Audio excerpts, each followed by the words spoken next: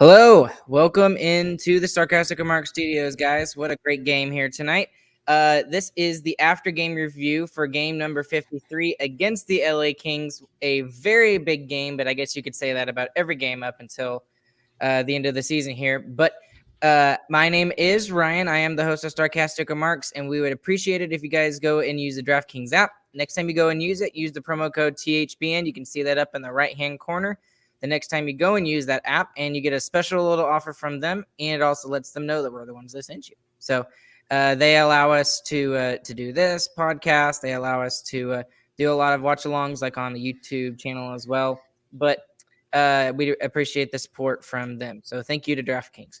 Anyways, guys, let's go ahead and bring in James and Chris. They're back again, both of them here tonight after me doing it by myself on Sunday night. That was not as fun as when you guys are here, but how are y'all doing tonight?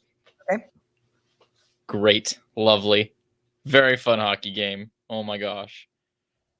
Yeah, seriously. I absolutely love the way that this game went down.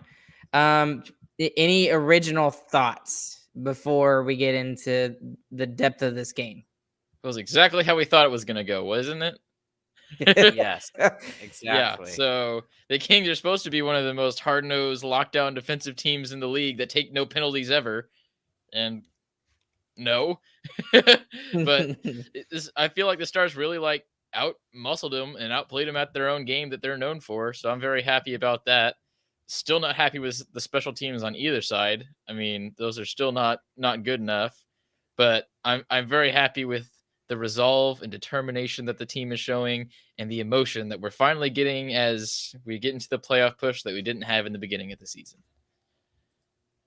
James, did you have anything specific that you thought of tonight's game? Someone that stood out? Was there something that you didn't like? Something positive that you could take out of tonight's game? Just like what Chris said, it's the passion that we felt from this game, especially once we get into the goal summary. But late in that second period, tons of passion from especially the bottom six tonight. Mm-hmm. Yeah, and in the third too, the passionate defense. I mean, scrambling all over the net, doing everything that you can to keep it out, and not just on that one play that I'm talking about, obviously, but just throughout the night, hard back checking, hard play on the boards. It was great. Yeah, if I had to pick an MVP for tonight, you could pick a couple of people actually, but you got to really give it to the bottom six tonight, which is weird, which is something we've been complaining about for the last couple of weeks. You know, the fact that, what do they need to do to get this bottom six going? And we weren't talking necessarily, scoring depth wise or anything like that. Maybe a little bit, but it's mostly just seeing a little bit more from them. And especially that the Radulov line, Radulov, Peterson, and Kiviranta, that was they weren't the ones that got all the offense tonight, but in my opinion, they were the best line in the game tonight for multiple different reasons. Yeah, we weren't looking for them for the secondary scoring like you're saying. We're looking to them to just bring an impact to the game, which they haven't been doing. And the past couple games too, and Buffalo as well, they were really the driving force behind the emotion, at least in the first half of the game, especially.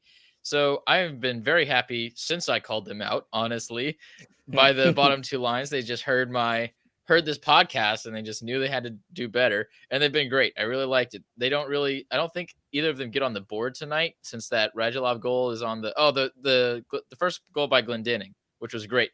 Especially in the first period, that line was exceptional. The Glendening, Raffl, Foxa line. But still, both of them were great all game long. Loved the forecheck pressure. Loved the defense. The penalty killing was not good, but I already talked about that. So. Right. And, one of the other players that we should really shout out tonight, and I've been kind of silent on him a lot, and I don't know if that's necessarily a bad thing or a good thing. I guess it's a good thing because he's a defenseman, but how about the play of Ryan Suter tonight? If you had to pick a single player other than the bottom six, which all of them shine tonight, but if you had to pick one player in tonight's game that really made the biggest difference, it was Ryan Suter. If he wasn't in the game tonight, the Stars don't win this game. Absolutely. Yeah, this was the best game he's played as a Star. I mean, he has 2 points, 1 goal, 1 assist, a goal line stand at the very end of the game. He's +2 on the night with almost 26 minutes. That's as a 36-year-old too. And that's a lot. leading the team by far on time on ice behind the goaltender. So, but yeah, Also now the this is sole the best leader game in he's had. goals for defensemen, which is Mhm. crazy. That's weird. Just And bad. that's Yeah. what I mean. That's bad if you're looking at it that way. And bad from a Stars perspective. Good from a right. Suter perspective. So let's go ahead and talk about the defense a little bit tonight, because there's a couple of good things, a couple of bad things here tonight. Good things. Suter was absolutely fantastic tonight. Just absolutely worked hard. He was. I mean, he doesn't really make a huge difference when it comes to the offensive side of the puck. He did tonight, but the fact that I don't really think about him very much and he's not super noticeable, that maybe that's a good thing. And again, maybe I just noticed it more tonight because he was on the offensive side of the puck, so I Well, was he was watching very him more. noticeable tonight, all over the ice. All, I think so. exactly, He's and I normally noticed not him that way. right, and I noticed him more on the defensive side tonight. But the other thing I wanted to talk about the defense is the pairings, because the defensive pairings have been different over the past couple of games, maybe week and a half or so. And what we've actually seen is these pairings. Miro and Suter have done really well together, so that pairing has stuck together. And they were the best pairing by far tonight, as they should be. They're the top pairing for the Stars. And then they made a really interesting, that I say the coaching staff and probably Bones in particular made a really interesting move and put Harley next to Klingberg, which is very different. You know, that's two puck moving defensemen, one being a young guy, one being a more, I wouldn't say grizzled veteran, but a definitely like in his prime right now. And then you've got that shutdown pairing of Lindell and Hakanpää. And I was thinking about that during the game here tonight. And I had to actually go and look at DallasStars.com to make sure that that was the correct pairings, because I was just like, you know what? I like that. I like it a lot. And that leads me to believe that when I almost said Suter, help me out here, Sekera, when Sekera is, gets healthier or whatever's going on with him, I don't put him back in. I mean, Harley is fitting really well in with the defense right now, and he works really well with Klingberg. And the number one thing that you're getting from Harley that you don't get from Sekera is just the size. I mean, it's such a benefit Just a having little bit another bigger. big guy out there, because only having one big defensive guy, it's obviously been rough, because the only physicality we've had is Jamie Benn and Hakanpää every once in a while. So now you just have one more guy who can actually do it. It's just so much better. Unfortunately, tonight the first goal was fully on Hakanpää. I mean, not Hakanpää, on I can't even remember his name. Tell me his name, Ryan. Klingberg? No, Harley. Harley. Sorry, was fully on Harley, because that was a terrible play. That was the worst play in a while that I've seen in the defensive zone. Well, you've already said it, so let's just go ahead and mention it. So the first goal in tonight's game, as we get into the goal summary tonight, was actually from Philip Deneau, which for those of you that don't remember, if you didn't watch the Stanley Cup final last year, this was the guy that was the stand-up defensive player for the Montreal Canadiens. He had 5 goals last year, and this year has tripled the amount that he scored. So he's now with the LA Kings, and he scored 16 goals this year. That was his 16th, and it's from Travis Moore. And I mean, you can't make that turnover. It was a drop pass directly to him. I mean, it was a great pass by Harley. If it was in the offensive zone, it would have been amazing. Right. And I'll go ahead and pull this up, because Brandon is exactly right. I was thinking the exact same way. Thank you, Brandon, for listening. In defense of Harley, he's still a rookie. And Bones also did say that giving him more minutes, which is what's happened because he's playing with Klingberg, he's going to make mistakes because he is a rookie. Now, the good thing is that he's kind of made up for those mistakes, and he's kind of been in the back burner. He's really been focusing in on the defensive side of the game. And now with Klingberg, we're actually starting to see more of his offensive flair, which is nice. But unfortunately in this case, the Stars are down 1-0 because of that great pass. In attack of Harley, that was egregious. It doesn't matter. Egregious. I don't care what year he's in. And really my favorite thing about Harley this year is Alex mentioned it. He's been getting better and better with every game. you can see You his can see progression it. on the It's ice. really obvious. And still it's really after that nice one to see. mistake, he played a good game. I wouldn't say he was super noticeable and outstanding, but he still played solid, and he used his body like we need him to, making big hits into the board. So he played fine after the fact, but just it's just so glaring. A clean face-off win, and it's a goal in the back of our net 8 seconds later. Yeah, and I'll talk about that here in a second too, because that was Multiple something times. that that it's a trend, and I'll just go ahead and mention it. But before I get into that, the nice thing also about Harley that we should point out is the fact that yes, he's a rookie, and yes, he made a mistake, but he didn't let it like drag him down. Yeah, I mean, when you make a mistake like that, you have to have instant amnesia and just completely forget about what happened and just go on with the game. And he did exactly that. He did that well. After that, Yeah. I didn't see anything else from him. He made one mistake and he made up for it for the rest of the game. So that's a good thing to see from Harley. But let me jump into what you said, Chris, because the frustrating thing for me is, yes, we win draws. Yes, we win draws.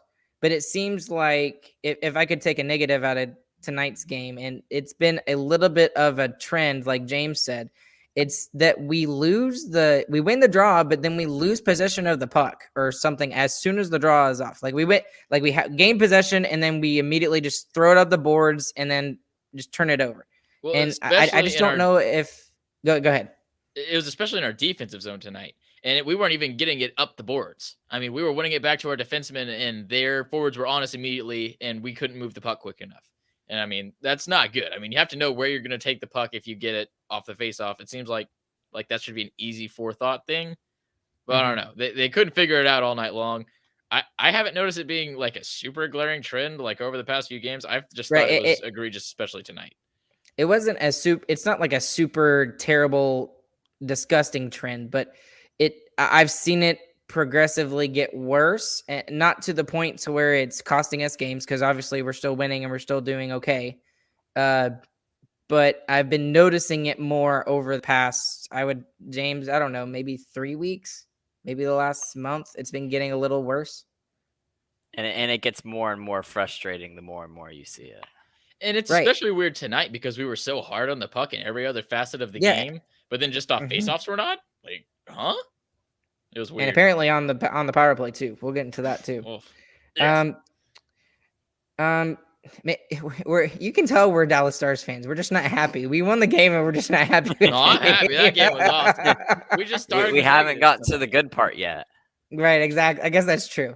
And we should mention that in the first 5 to 10 minutes of the game, the Stars were completely on their heels and were getting outplayed by the LA Kings. The LA Kings came ready to play, and the Stars did not in that first 10 minutes. And I think it was a little bit of Ottinger, but they played just well enough defensively to keep them out of trouble in that first 10 minutes. Mm-hmm. So, but other than that, what did y'all think about the first period? Meh. The power play turned it around in our favor, so we kind of balanced it out after that and got our grips on the game. I thought the power play was fine. I mean, it wasn't creative, like you said. There wasn't good passing ever. It was just like, okay, pass it to the open guy. He dusts it off. Pass it to the other open guy. Dusts it off. All right, maybe we'll try a one-timer. Didn't work. Like, there's no. It doesn't seem like there's any like. It doesn't seem like we're trying to get something. Like earlier when our power play was rolling, we were trying to get that 1-2 pass right to the high slot so that Robertson could just wrist it home from there. And right now, it doesn't look like we're trying to get anything. Like, it looks like we're just trying to get deflections in front. And like on the power play, that shouldn't be the goal. The goal should be to shoot it past the goalie, honestly, in my opinion. And so, okay, so here's all this culmination and why I'm excited about this. Because the Stars are still doing decent enough to get themselves into the playoffs. But we're pointing out all of these little things, and they're still winning. They're still able to win a majority of their games. And that kind of makes me a little bit excited because we're starting to play better at about the right time. It may be a little bit early for that, but we're getting towards the end of the season, and it's about the right time, according to Chris. And these little things, we fix these little things, and we're a complete team. And I mean, that just makes me excited to think about that. And I feel like we're still winning, and we're not playing our best hockey. And the things we're talking about right now are things that we were doing well beforehand. Like, we're not just asking Jamie Benn and Tyler Seguin to start scoring goals like they were before again. It's not like that. Right. This is like things we were doing this season that were going well that just stopped for some reason. So if we can figure those out, then I think we're a good hockey team. And like lots of people in the upper management of the Stars say, we're a tough team to beat in a 7-game series, especially if our bottom two lines played like they did tonight. We're going to be hard to beat in 7. And on the track of turning it on at the right time, especially for the Western Conference, this is definitely the right time. There's like 5 or 6 teams that are sitting within 5 points of each other who are all fighting for like 4 spots. Yeah. 2 of them aren't going to make it, and they have like the same amount of points. I wanted to mention that too, because like as the Eastern Conference, like as the season goes on, it's just stretching out. There's like a big gap between 8th and 9th right now. There's The Western Conference is doing gap right now. The Western Conference is doing the exact opposite. Everybody's getting just worse. moving towards the middle, Yeah. and it's just going to be And a it's- roulette wheel for whoever gets in. It's it going to feels be like. so much fun to watch at the end of the season. Like to see how it all lands, it's going to be crazy. We're barely in a playoff spot right now, and we could easily, like in 2 weeks, be second in our division. No, you're right. Or You're we not could wrong. be 5 You're right. spots out. Like You're not wrong. It's crazy. It is unbelievable how tight the West is. And look, just to get back to the power play for a second, with the power play, I really think you just need to go back to basics and just do something simple. Maybe just start shooting. Just shoot everything that I'd you be get fine and with just that. start shooting. And like you said, Chris, we haven't really seen a lot of traffic in front of the net. They seem to like to do that the top, up at the blue line, they have the 2 defensemen, whatever the pairing is, and then have a third forward up top and do that, but they don't get any kind of like pressure like in front of the goaltender at all. And what I keep seeing way too often on the power play is we'll have 4 guys on the center ice side of the faceoff dots. Like 4 of them. We only have 1 guy by the net. Like, why? Like, you're not going to score from above the faceoff dots. That's the only thing that they're giving you.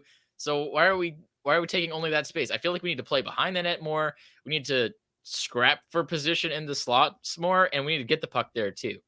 And our passing is just not good enough because it's just being passed, dusted.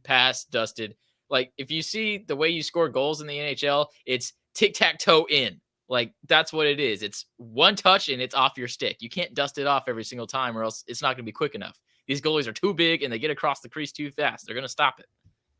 I think they're just looking too much for the perfect play, which is why I said just go back to simplicity and just look at what you can do with that. But anyways, let's go ahead and get past the first period. So into the second period.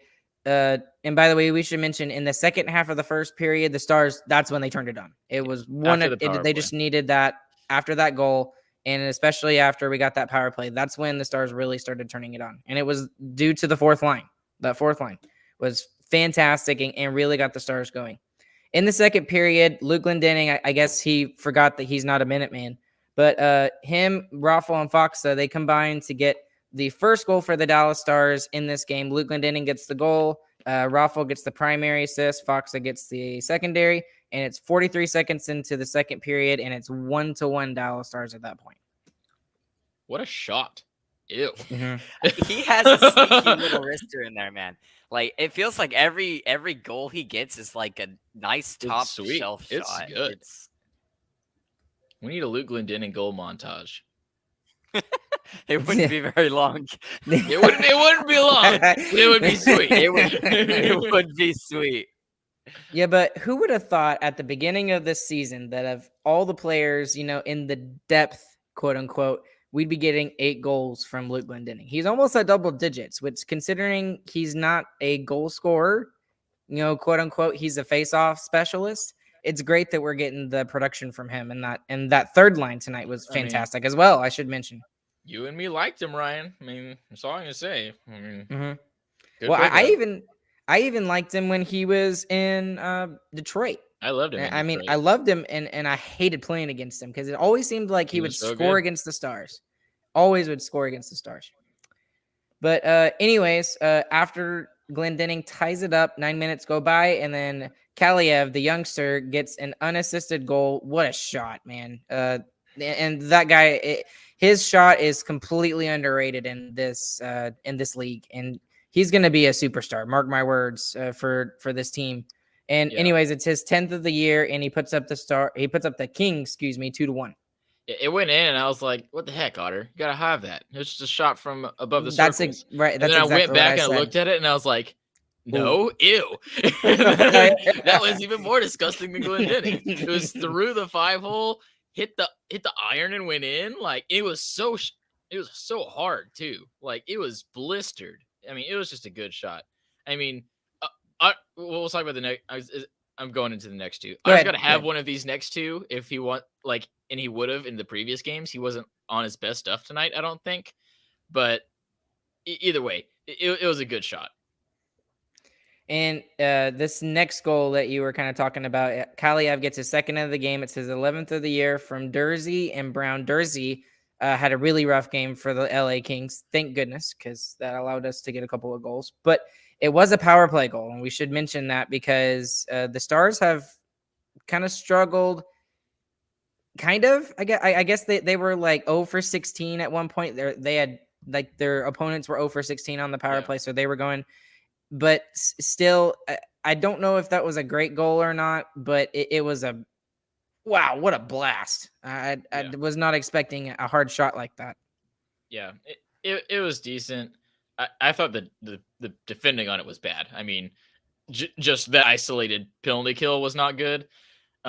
And to explain my Otter thing a little more too, I'm not saying either of these were easy saves, but just to be that win condition, using the gamer term like I have before, he's got to make one of them if he wants to be the guy. So that's all I was saying. He's 100. There's no question that he's definitely the guy right now. The guy of the game, like the man. You're the man, bro. Okay, yeah. Okay. Yeah. Well, anyways, we let me go back to the second goal real quick that LA scored, because that was 100% against John Klingberg there. That comment made me think about it. Yeah. He tried to dangle around, and we've seen him do it a bunch of times, and it's like, ooh, pretty. And I guess he tried to do it again, and I don't think that was a great decision by John Klingberg there. And I understand what he was trying to do. He was just trying to, get some more offensive pressure and everything, but it cost the Stars a second goal. And then I know it did this instance, but I want to see more of that from our defensemen, because our defense it's not offensive right now. We don't have an offensive defense this year, and that's been costing us a lot of our offense. I think if our defense is playing that way that they did last year, we're one of the top offensive teams in the league. So I really want them to keep trying to get that done. And a lot of that goal from them was just the shooter being aware that the defenseman wasn't the one back, and that he could abuse that it was a forward there, not a defenseman. And it was a great shot. I don't really blame Klinger that much for that first one. Well, and let me get into how I felt about this, and let me pause for a second on the goal summary, because at this point the Kings are up 3-1.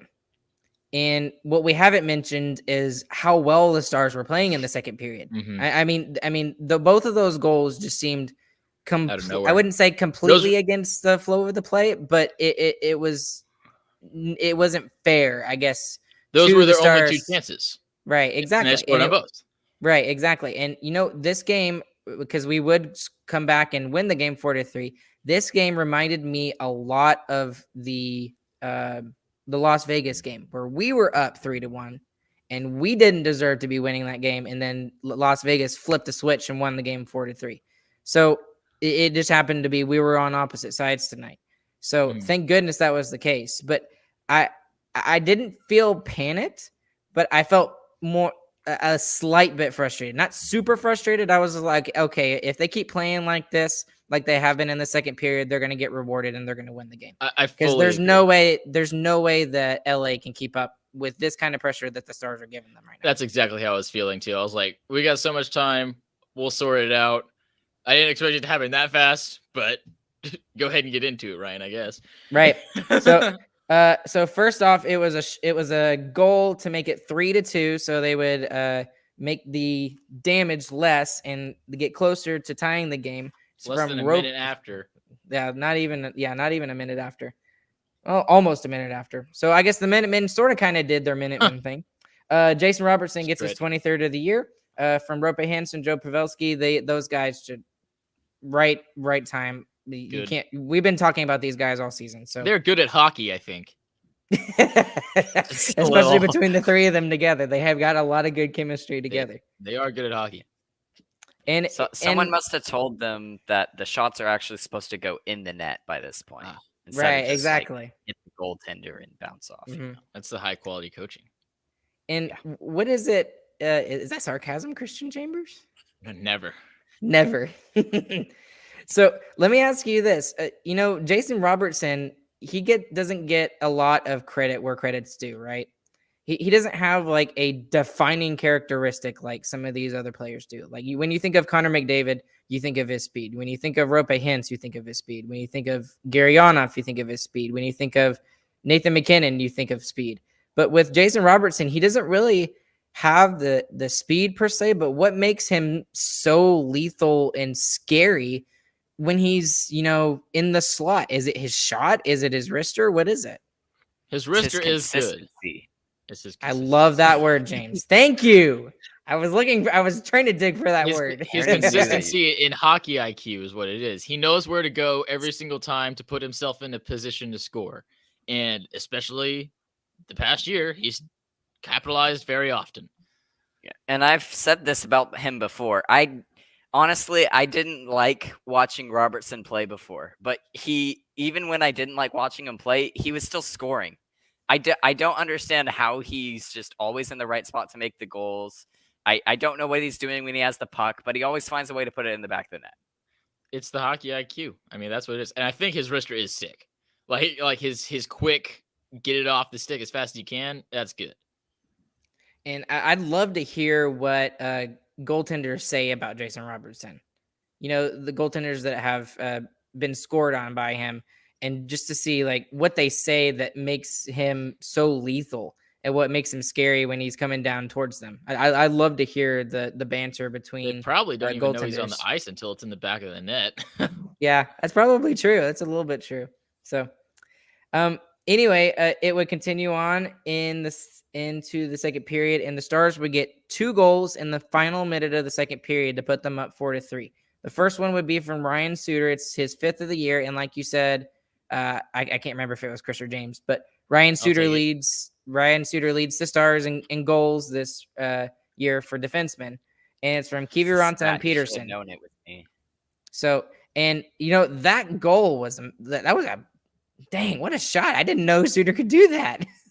He needs to do that more often. All kinds of good shots tonight. And the other thing we should mention too is that during that shot, it wasn't just Ryan Suter who created that opportunity. It was that whole line, that Radulov line again. And I forget who was coming in front of the net, but it was an absolute perfect screen to where Cal Peterson, the Kings netminder, couldn't see it. So it was just a perfect drive by, and he couldn't see it. I couldn't remember which of the 3 players it was that did it. But that line was just absolutely fantastic tonight, and Ryan Suter capitalizes on that chance. And then finally, Radulov. It seems like this is the time to finally get him going, and with this line. So we'll see if he can actually do it. But he does get the 4th goal for the Dallas Stars, and it's a timely goal. It's a game-winning goal. It's an important goal, and he gets that goal from, I believe it was Suter. Yep, Suter and Jamie Benn. And on top of that, it was a power play goal. So even though our defense hasn't been that great lately in the penalty kill, the power play actually comes out and is able to get a goal for the Dallas Stars tonight, which is also good. And they get it from just sitting in front of the net and waiting for the opportunities to come. It's kind of a broken play, and Radulov's just standing in front of the net. The puck bounces off the back and comes right to him, and he buries it when he gets the chance. So let me go ahead and take a couple comments here, because that would end the game in the 3rd period. For the Stars, there were a ton of chances, if you ask me, and they kind of turtled, but not really. I wouldn't say they did. I mean, the shots were, I think they were 10-11 in the 3rd period. So the Stars played really well. It wasn't. They were playing defensively. They definitely were. But when they had their opportunities on the rush, they were taking them, and they weren't just dumping it in and taking the change. They were trying to score still, which is what you need. You want to play defensively because we're historically, at least, a good defensive team, and that's what we pride ourselves on. When you get those chances, you got to take them to try and put the nail in the coffin, I guess. So I'm glad they were doing that. And for sure, it was. We are a defensive team. I mean, it's proven in our one stat that we have that makes us a defensive team is our win percentage in 1-goal games. It's like the 4th or 3rd best in the league. It's crazy high for what our team actually does. Which is the exact opposite of how it was last season when we lost 17 times in overtime or shootout. I'm over it. 17? I'm exaggerating. It was a lot. It was I don't really know 14. how. Oh, okay, so 14? I was close. I was You were close. And like we said last year, if we had just half of those, That we would is have made the playoffs. insane. Yes, exactly. Who's All we had to do was Sorry. just win half of those. But anyways, let's go ahead and take a couple comments here, and then we'll see what else we got going on tonight. Yanni Hockenpah, we kind of talked about him a little bit, but Brandon saying Hockenpah was good on defense tonight as well. Other than the first, I think there was one play that I didn't like. I thought he was very solid in tonight's game. And it also helps when you're 6'6" and you make a lot of good defensive plays when you have a giant stick. and he's been doing that. He's been using his size like we need him to, because our other defensemen can't do that at all. But he's the only one who can, and he's using it pretty much every single time, which we definitely need. Yeah. Well, and you know, I really love. Go ahead, James. Go ahead. It's making that putting him with Lindell look really, really solid because they're stopping whatever comes towards them right now. Mm-hmm. Yeah, and speaking of big guys, I'd really like to see Lindell get in there because I think he's pretty big. I'd have to look up his size, but I swear he's like 6'2", 6'3", something like that. But Not big enough. yeah, I don't know. They're not big enough, and we're sitting here. We're all like, "What? How tall are you, Chris? What, 6'7". Yeah, you wish. I wish I was 6'7". Prove me wrong, internet. I think James is the tallest of the three of us, and he's like 5'8", No, right? I'm taller Chris than is taller James. than me. Get No, wrecked, you're James. not. Bull crap. I am easily taller 5'9" than and me. 3/4, bro. Come at me. I gotta have that 3/4, right? Okay. Sorry What for else have we got accurate going? measurements.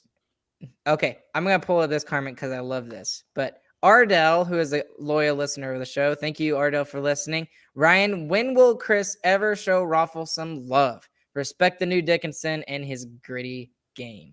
Never. I'll let you go ahead and answer that, Chris. Go ahead. Never. He's better than Foxa. There. Which is not This saying season, much right actually. now. Foxa is having a rough season. He played very good against Buffalo. That was the one time I was happy to watch Raffle, I guess. Just because Still. he had 2 goals, that's the only time you've ever been happy with Michael Raffle. Yeah, he is. That's bull crap. That's absolute bull I crap. think that's the You only need to time give Chris him has ever been happy way with. more bull crap. You have to give him way more props and credit than that. But- He's had, Well, he's I had don't have to especially do the, it. I don't have to do anything. yeah, you don't have to do anything, but you would be wrong. It's working. It's working. And I mean, we already talked about it. The fact that the bottom 6 tonight was fantastic, and he was one of the big bottom leaders 6, in that. yes. Was it He was Raffle only? No. It wasn't just Raffle only. When you're Raffle right. himself does something, I'll praise him. So, Oh my Buffalo, good job, Raffle. Proud of you, buddy. Shut up, Chris. I hate you so much. Never give Raffle the props. But okay. Oh no. Brandon came out here and said Chris did show Raffle some love, just some after the Buffalo game. Okay, so I yeah, probably did that on Twitter. I don't remember. yeah, probably. Brandon again saying, but Ryan, you have said it constantly this season. The Stars have been consistently inconsistent, and that's been like my catchphrase for them this season. Will we see more of that, or have we found our groove? You know, after that Arizona game, even though we lost the game against Nashville, which we deserved to win that game, it's just we got goalied a little bit by Saros. They've really done fairly well, and they've been fairly consistent in the way that they've played, right? Yep. But So- I mean, If you're So- a betting man, you're betting against them being consistent, obviously, because the way the season's been going. Exactly right. But the You way know, we talk about this right now, and then they're going to turn around in the game on Friday and just lay a goose egg and lose 7-0 Don't say again or that. something. yeah. Well, that's I'm what saying you it gotta now, bet so on. I beat the jinx, James. That's why I'm But- saying that. The thing is, we No. talked about selling in the past, and if so, the way we're going right now with we're having a don't good sell. streak going, we're not selling. So if we're not selling, then the We're only other buying. thing we can do that is good will be have everything come together just at the perfect time, and we harmonize and just all sing kumbaya and pull a LA Kings and come from the last seed and win the cup. So that would be the only positive if we don't sell. So either we blow up now and blow up hard, or we have to harmonize, or else the season is a wash, in my opinion. Mhm. Yeah. Ardell, I think we're gonna take this last comment here. Ardell on YouTube saying, "Can this team win on the road this month?" Michael Raffle is a solid player, Chris. Has a strong back to drag Foxa along the season. Foxa needs to be better, not just for one game either. Yeah, That's true. and that's I'll give true. him that. That's true. He's very right about that with Foxa. And I don't know. I think Foxa is still nursing something. He's just been off because of his injury last season, but it doesn't make sense because he was so consistent for 2, 3, 4 seasons for us, and then all of a sudden he gets injured and he just hasn't been the same since that Well, injury. I saw a leak on Twitter. It said he might be suffering from being bad at hockeyitis. So that's something we need to keep That's in like mind. just that mean. tweet. That's just me. Who was that? That was me. I just came up with that right now. I just said that's lure you in. That's Brett. Oh, he got me. He came up with I- that on I the actually- spot. I was literally going on Twitter to go and find it, and I was just like, "Oh, I gotta go find that." Man, That it was pulled me solid. Compelling. Dadgummit. Well, okay, guys. He got me too. Wait, Think- the team Go on ahead. the road thing. They better because Yeah, they're all they on need the to. road. Yeah. All of them are. So Mhm. Yeah. we get into at the end of the month of March, we have game, no game, game, no game, game, no game for like 2.5 weeks straight, and almost all of them are on the road. And Mhm. a lot of them are against Central Division teams. So we have to. This is the month that we could lose it. So at least it's before the trade deadline, I guess. That's a true. plus. That is true. Now, let me get into one other thing because I wanted to wait for this till the end. But Alex Smith brought out a really good comment here. Thank you, Alex, for listening. He said this is the 7th start for Otter in a row, most consecutive in 3 years. And I believe this is like 10 of 12 or 11 of 13 or 11 of 12 or something like that, where he has just been the guy. Has Jake Ottinger fully arrived, or is this just a hot streak? Or is this is the Otter? This is Jake Ottinger. Like, this is what we should expect from here on out. This is it. He's the number one now. Bishop was pushed out when he didn't want to be. It's earlier than we wanted it to be, but that's how the NHL goes right now. Young goalies is king. So we got to buy in completely. I think even on the road, like Bones is going to want to play Holtby so bad on the road. We know he is because he loves playing Otter on the Otter at home. So he has to hold on to that and just ride Otter through this no matter what happens because he's the guy.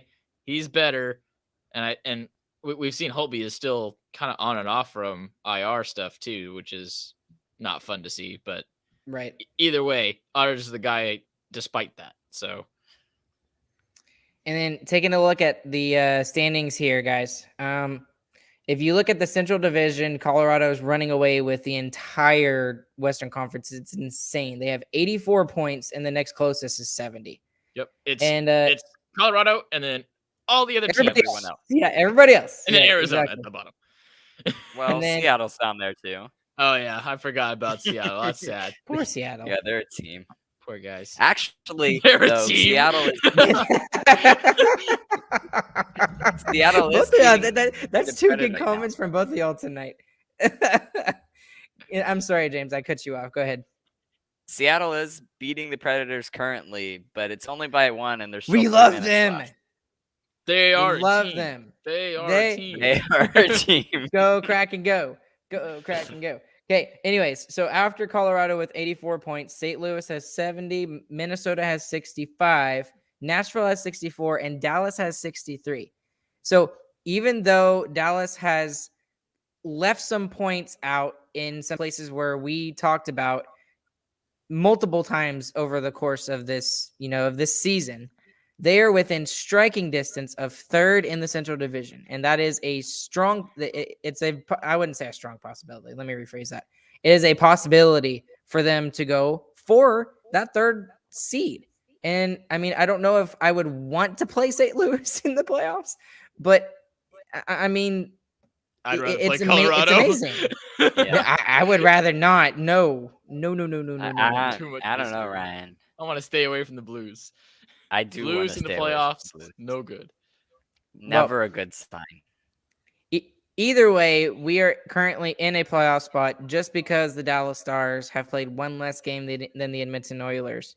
Unfortunately, I that's think- going to change tomorrow because Edmonton is playing Chicago. So Go Flurry. Go Chicago, go. Oh wait, you're right. mm, Well, and honestly, guys, that seems to be kind of it. I mean, Anaheim's kind of there with 61. Vancouver, I don't think has a chance, and I don't think Winnipeg really does either.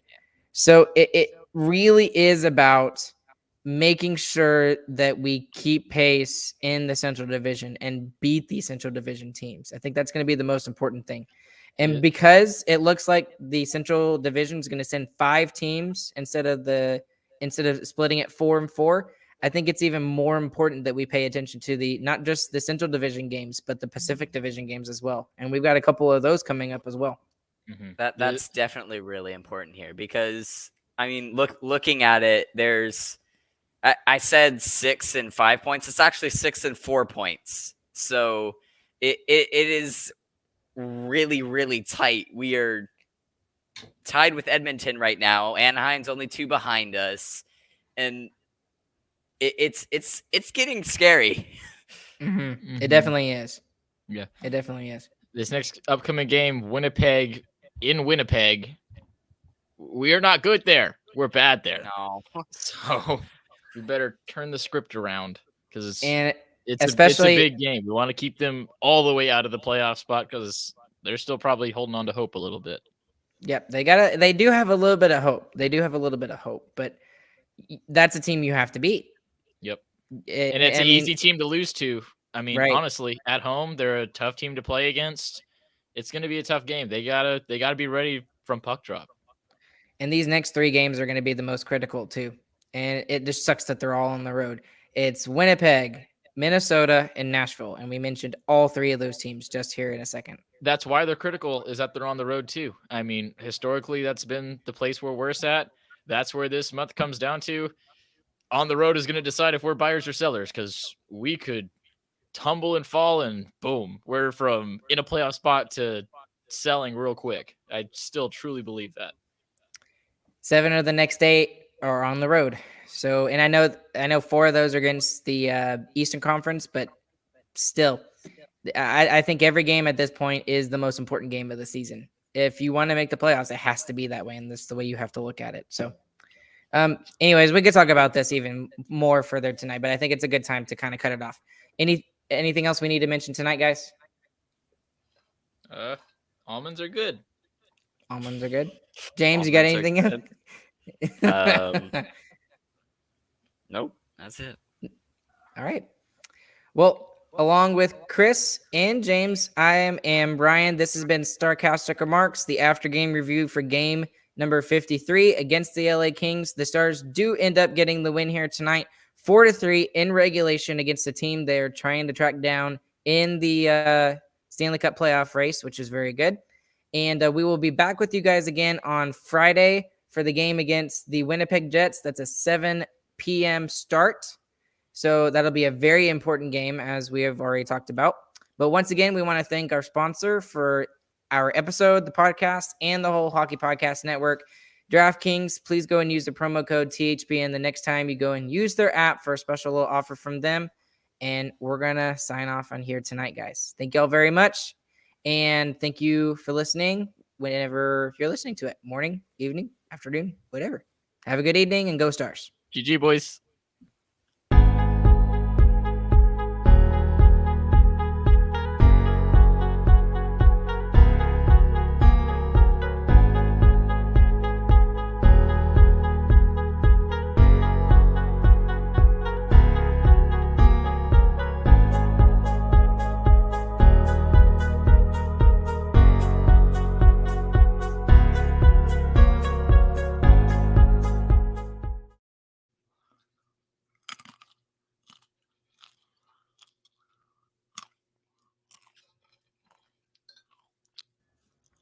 Almonds are good.